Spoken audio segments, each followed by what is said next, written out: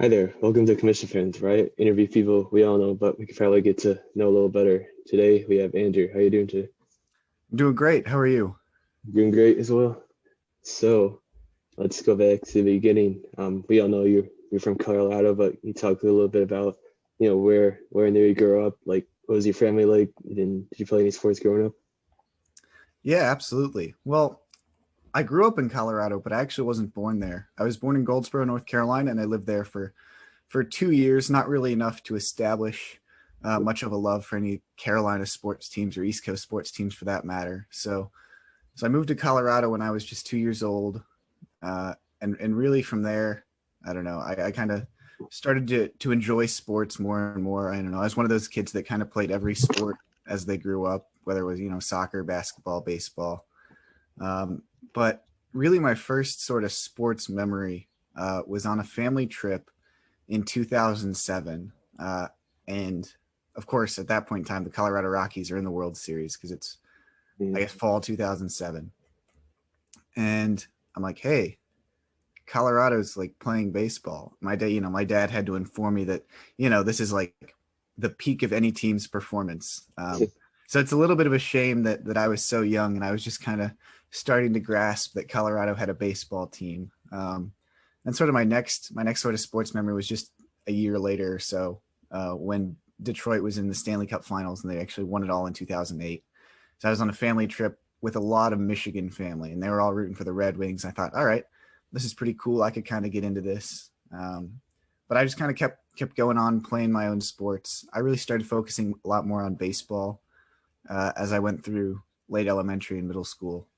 Um, but I didn't really start to follow the major leagues until probably the end of middle school, early high school, and I just started to pay more attention and started to like the kind of loser Rocky teams that were playing.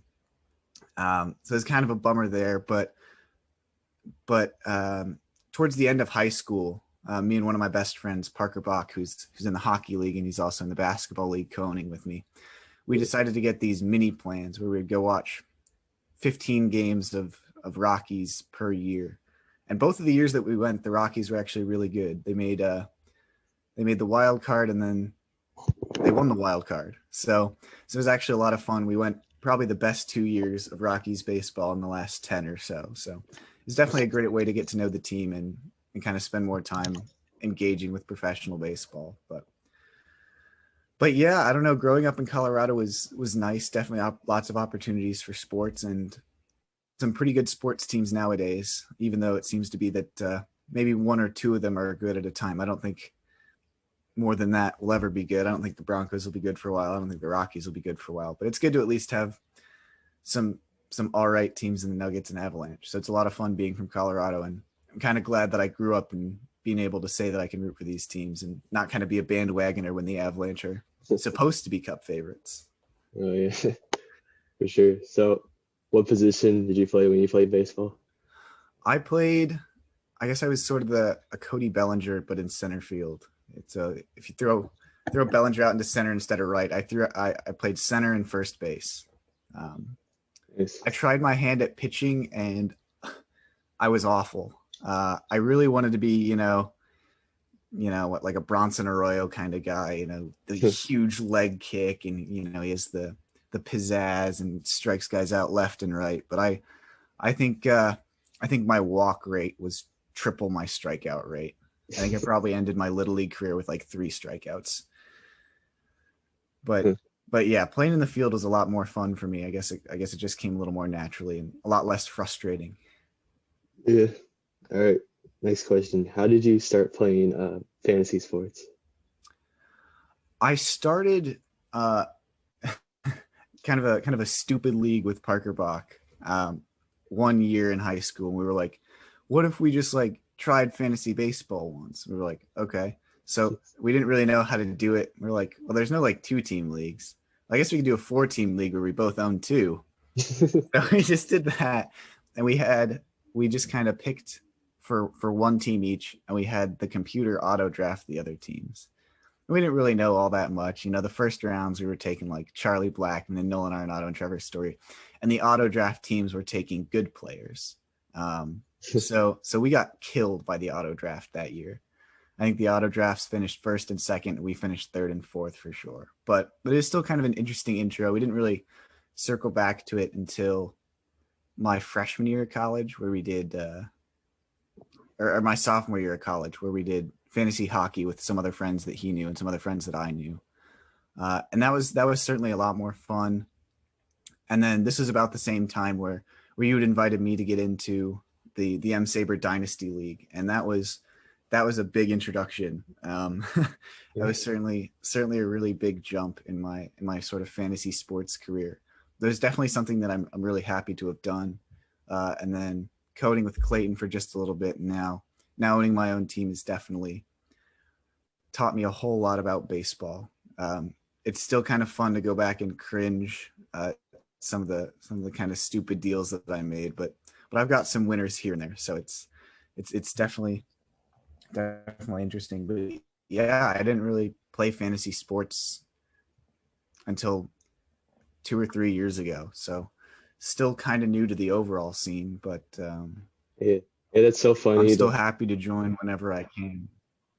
Yeah, it's so funny that your first league is a 4-teamer. And yeah, it was a 4-teamer with 2 people. And going back to the Dynasty League for a bit, I know like me and like Kyle and Cam and pretty much everyone else that from the original, our like prospect knowledge and all that has expanded so much. Like I'm sure we didn't know a whole lot at the beginning either. Like I don't know if you heard this, but when we during the startup draft, I barely knew any prospects. So I took like 2 good ones in the top 100, and then I exclusively drafted Tigers and Marlins for like the last 15 or so. Oh my goodness! Oh, I didn't know that. But no, my sort of first prospect draft was pretty chalky out of the MLB top 100 list, and I took Yoshi Tsutsugo 4th overall because I was like, he'll be like Ohtani.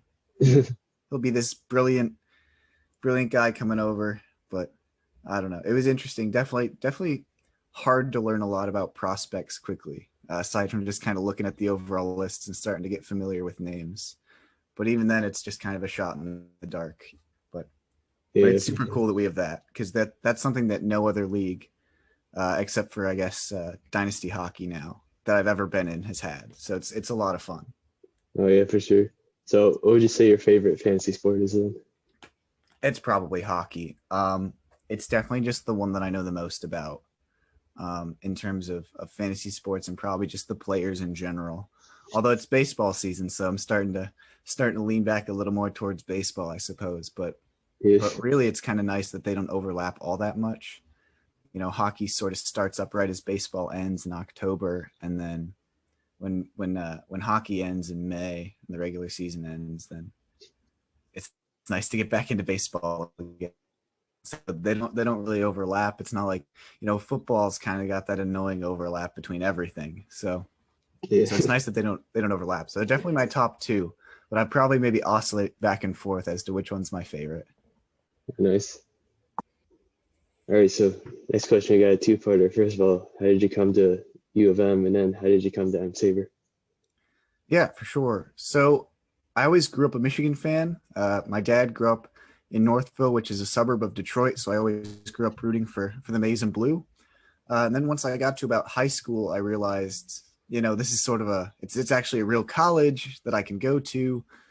And oh my goodness, not only do they have a cool sports team that I like, they also have like pretty good academic programs as well. So I figured, growing up a Michigan fan, my dad from Michigan, has a lot of family up in Michigan. I figured it would be probably a pretty good school to apply to. And I was sort of so struck with it that I only applied to one other school. And that probably wasn't the best decision, but I applied to Michigan, and I applied to Embry-Riddle, which is in Arizona. And I really don't know what I would have done if I wound up stuck in the middle of Arizona for my undergrad, but things worked out, and I made it to U of M, thankfully. But really, I mean, growing up a Michigan fan, good academic reputation, and just so much family up here, it was hard to say no to. So definitely glad I ended up here. And let's see. Oh, for the second part.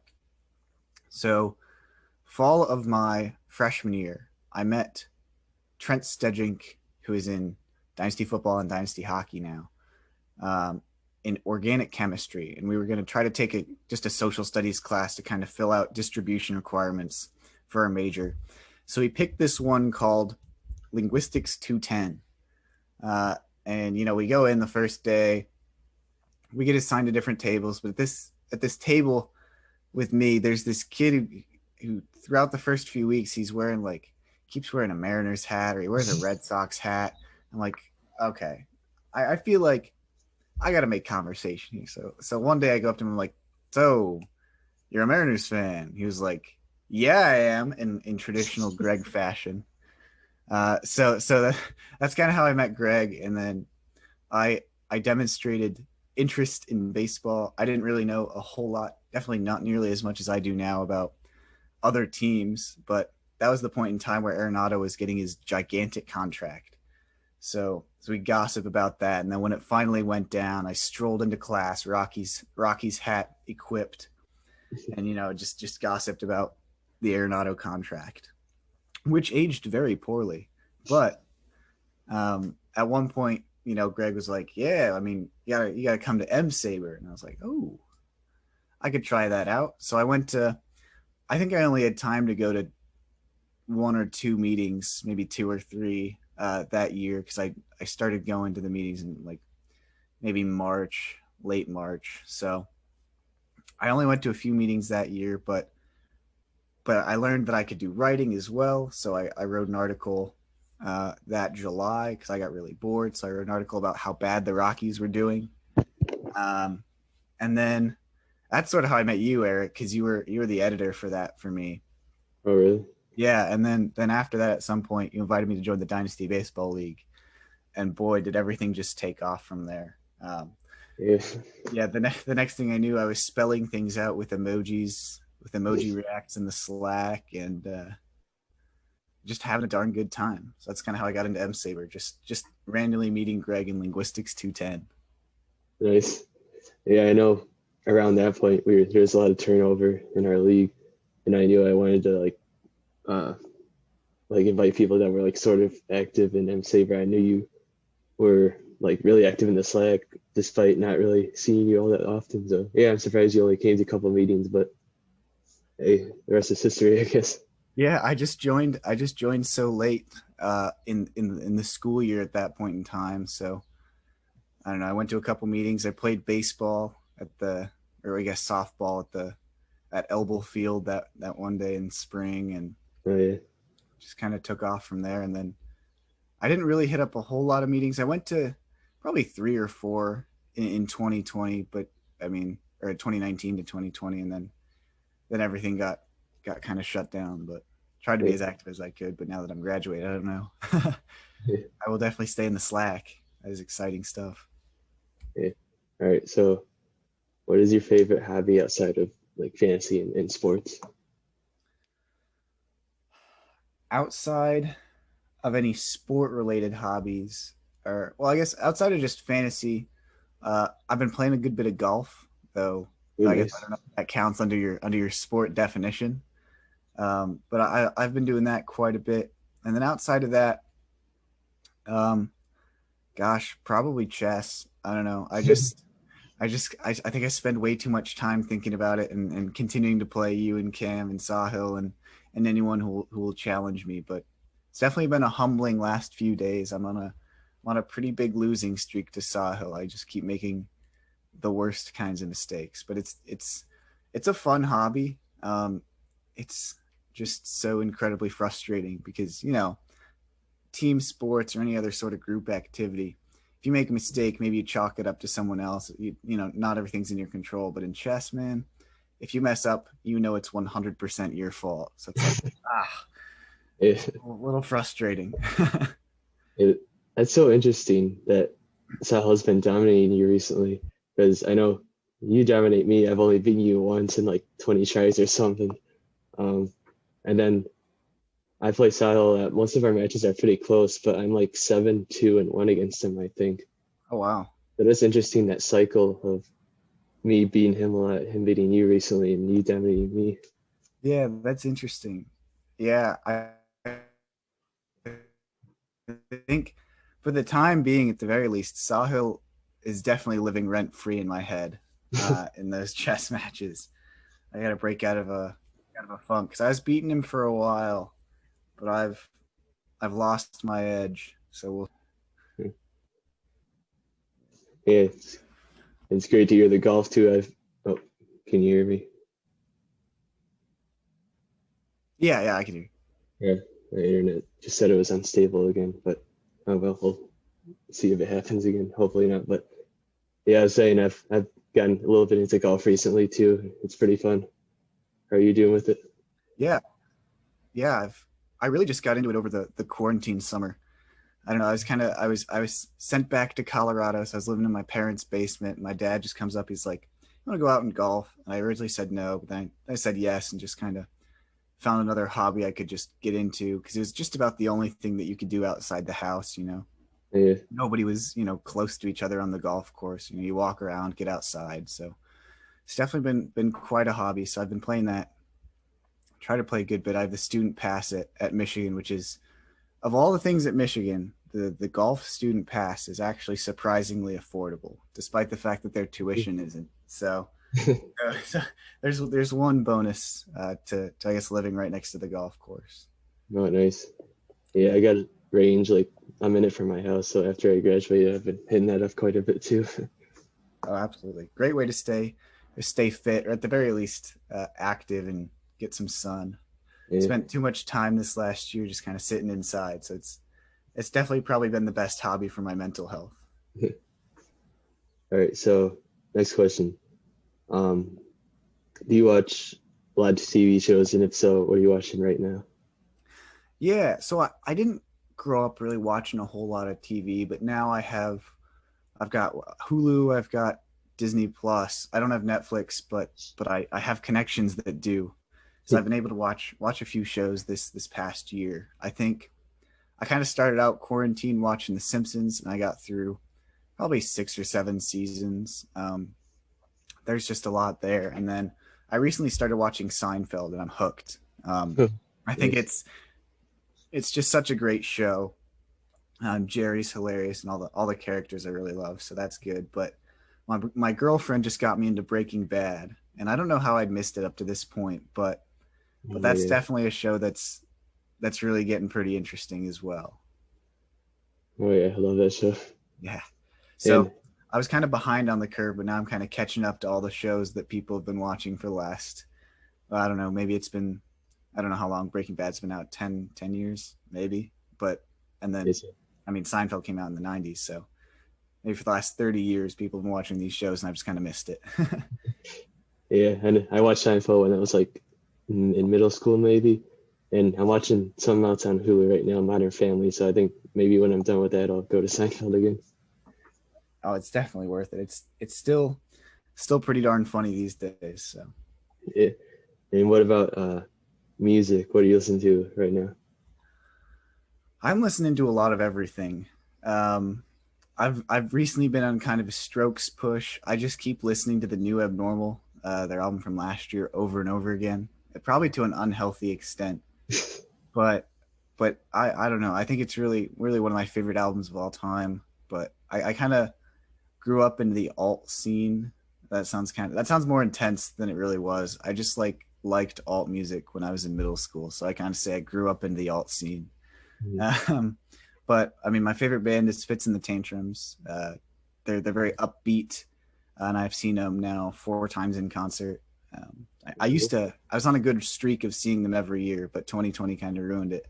So hopefully I'll get out, see them live this year. But I'm definitely into them. And then I don't know. I try to be as diverse as possible. So I add in some pop, some a little bit of country, not too much. I like jazz as well. So definitely, if there's music out there, it's probably somehow saved in my Spotify liked songs playlist.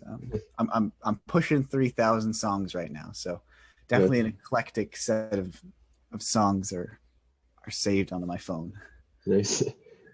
And what about podcasts? Do you listen to a lot of those?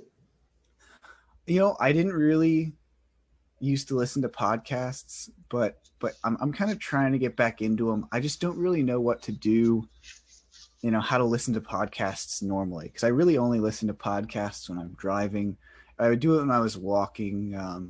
I had a lab class this year, so I'd listen to NHL Fantasy on Ice as I was walking to my lab class sometimes. But so I listened to the NHL Fantasy Hockey podcast. I think they're pretty great. I listened to a couple microbiology podcasts, and then I listened a little bit to I think it's the Fangraphs baseball podcast. I've been listening to that every now and then, but I do realize it's not going to give me any sort of edge in the Dynasty Baseball League if everybody else listens to it as well. So I just kind of listen to it for fun. I like hearing some of their takes on players and whatnot. And so definitely a good way to pass the time. Yeah. And what speed do you listen to them on? I'm simple-minded, so I listen to it on 1x. I just can't process it if they speak anything past 1.5. I can do 1.5 sometimes, but I'm not usually so much in a hurry that I slam the podcast up to 1.5. Oh, what am I saying? I also listen to the M-SABR Dynasty Baseball podcast. Oh yeah. I listen to this as well. I listen to all of them on 1 times speed. Nice.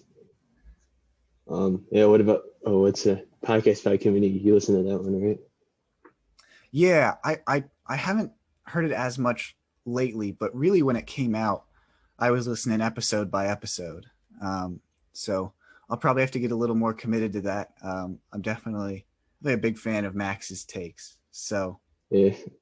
So that one's been a lot of fun to listen to. I gotta start putting it back in the queue. But with so many podcasts that I have across, hockey, baseball, microbiology, and dynasty leagues, it's hard to keep track of all of them. So hard to be a regular listener of 7 podcasts. All right. Yeah, you're the first one that I think I've heard of that listens to like microbiology or like science or whatever type stuff. How are those? I love them. I mean, so I just graduated with a degree in microbiology, and it's definitely a great way to kind of learn more about the field and just kind of stay active. And when I'm kind of zoning out of real life, I can kind of put in a podcast and still kind of at least feel good about not doing some work. I'll be just kind of goofing around listening to a microbiology podcast, but I'll still be learning something. So it definitely feels a little bit better than just kind of sitting around and not doing anything. Nice. Well, it's a good transition into the next thing. You just graduated in like 3 years, right? Yeah. I only did 3 years. Yeah, it's pretty cool. So yeah, what do you want to, or what are you doing this summer, and what do you like want to do in the next couple of years? Yeah. So this summer I'm just kind of finishing up my research for my undergraduate. I wasn't able to get an honors thesis out in time, and a lot of that was due to kind of a lack of data, unfortunately, kind of from the pandemic. And I felt that kind of once I started thinking about writing the thesis, I kind of got intimidated. There was not a lot of time, and I didn't have a lot of data. So as things are opening up, hopefully I'll be able to go back. The microbiology department is letting people back in, I think, by the end of this month. So hopefully I'll be able to go back in, at least get started on finishing my research project that I've been working on for a couple of years now. Mm-hmm. That's what I'm doing this summer. Right now, I'm not doing a whole lot of work because working remotely is hard with microbiology, as you might imagine. Yeah. And a lot of my stuff has to do with big data. So it's a lot of genomic data sets, a lot of basically entire genomes and metagenomes, which are the sort of the sum of DNA in an entire microbial population. So across species, it's all the DNA that's present in a sample. And we're kind of tasked with making sense of it. So we use the supercomputer and we use certain algorithms and programs that can kind of break it down and assemble genomes out of it so we can figure out what bacteria are present. But I've been doing that now for the last 15 months and a little bit more. But for the last 15 months, I haven't been able to go into the lab and sort of supplement it with any in-person work. So it's been a bit frustrating and a bit dry. So I do that every day. And I'm just kind of trying to grind away at a little more computer analysis here and there. But really, once I get back into the lab, I'll start to get going again. anyways, sort of a big tangent from what I want to do in the future. So I just graduated with a bachelor's. I'd love to go to grad school and pursue my PhD. I know a lot of people take biology to med school, but I don't really think that's for me. And also the cost is pretty prohibitive. And I don't really want to bother with taking out loans. And at the end of the day, I don't really want to work in a hospital working with patients or anything like that. So I'm Mhm. perfectly content to sort of stay to the research world and pursue my PhD. So for the next couple of years, I'll be taking a gap 2 years, I suppose, and then I'll apply to grad school. So I'm actually interviewing this Wednesday. So tomorrow, I got a second interview for a research position at Stanford. So hopefully Oh, everything works out nicely. Yeah, it's really an awesome opportunity. I'm super happy I got a second interview. Hopefully, I can do well tomorrow because the PI is sort of a celebrity in microbiology. So it would really be an awesome lab to work in for a couple of years. And Stanford isn't so bad, and there's sports out in the Bay. That's the other thing that's nice. So kind of yeah, want to stay somewhere where there's sports. Um, Sahil's out in Charlotte right now, and we just visited. And AAA team is nice, but I kind of want a major league team of some sort of sport to be wherever I end up. yeah, for sure. Yeah, that sounds awesome. So yeah, good luck tomorrow. Thank you. All right. So last couple things. First of all, what is your favorite memory from Michigan? I think, man, this is hard. I think it might end up being there's a couple. One might be in the big house, taking it to state my sophomore year. That was a whole lot of fun, and really any time I was in the big house my sophomore year, because I was in the front row with Trent and with Greg, and that was just an awesome experience. I was just super lucky to be able to wind up in the front row. But I guess that's what I get for not tailgating my freshman year and get to the games early. You get the priority points, and they throw you closer. But I was super lucky to be in the front row, and especially now with the football season canned, any of those games in the front row are up there. Whether it's Greg heckling literally anyone on the field, or Jane Madden, who was a girl that sat behind us and didn't know a thing about football. It was definitely a treat. But I think I'm also going to miss definitely the hockey games at Yost. Those are pretty unparalleled. I've heard arguments that they're more fun than football games, and I think I might agree, just because just chanting and getting in the heads of the opponents and making fun of the opponents' parents are just so fun.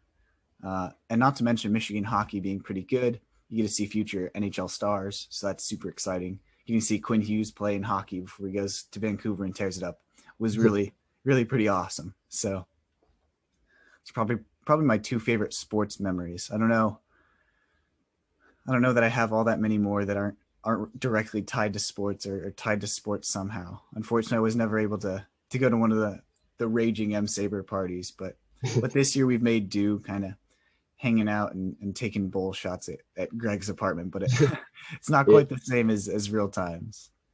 yeah. I think I agree with you that hockey's more fun than football games. Is like I love football, but like it's like 4 hours just standing there. Sometimes it's Yeah, raining and stuff like that. it's long, and people are drunk. And it's kind of messy. People don't really know football, but everybody in the hockey arena, whether they know hockey or not, can get in on the chance and stomp your feet and whatnot. Yeah, It's a blast. yeah. I love going to those hockey games. I remember my first one I went to. I was like, whoa, this is amazing. I Yeah. didn't I didn't end up getting like any season tickets just because I had basketball as well. I didn't really want to do both, but I did go to quite a few hockey games and they were amazing. I know.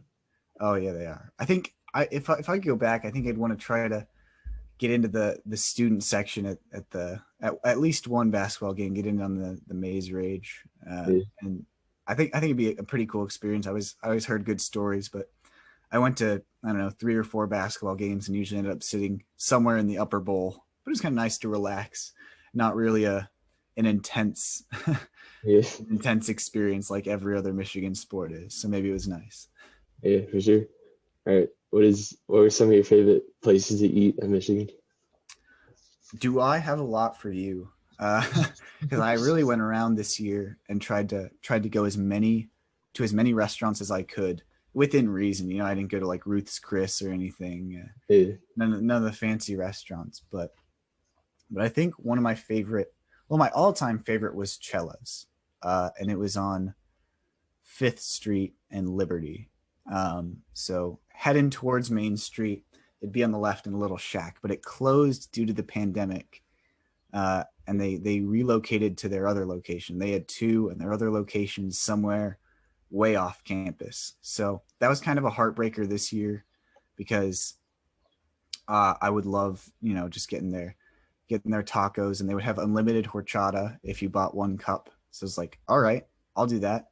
what is that? Horchata is a pretty awesome drink, and I don't really know best how to describe it. It's kind of like, this isn't the best way to describe it, but it's like rice milk and there's cinnamon in it. And it doesn't sound very good, but it's I recently so in Charlotte I went with Sahil and we went to this Mexican, or Southwest at least, brunch place. Mm. And the way the waitress described horchata to Sahil, because he has the same thing, was that it kind of tastes like the milk that you would have after eating a bowl of cinnamon toast crunch. Yeah, so it's really good, and that's probably the best way to try and describe it. But Yeah, that makes it good. It's super sweet. It's super unhealthy. But Chill's is my favorite. But of all the restaurants that are open in Ann Arbor, my favorite right now is Cuisina, and that's on Main Street. And it's kind of like a Chipotle, but for Greek food. So gyros, a gyro bowl, you can get any of that, and it is just so good. And I just learned about it like in February, and I've already been like 3 or 4 times. It's a great place to go. Nice. Yeah. All right. Well, I think that was all the questions I had. Just anything else you wanted to say? Awesome. Yeah, I don't think so. Thanks for having me on. I really appreciate it. Yeah, thanks for coming on. And Sure. as always, thanks for listening. I think next week we're going to have Alex at Fisher on, so stay tuned.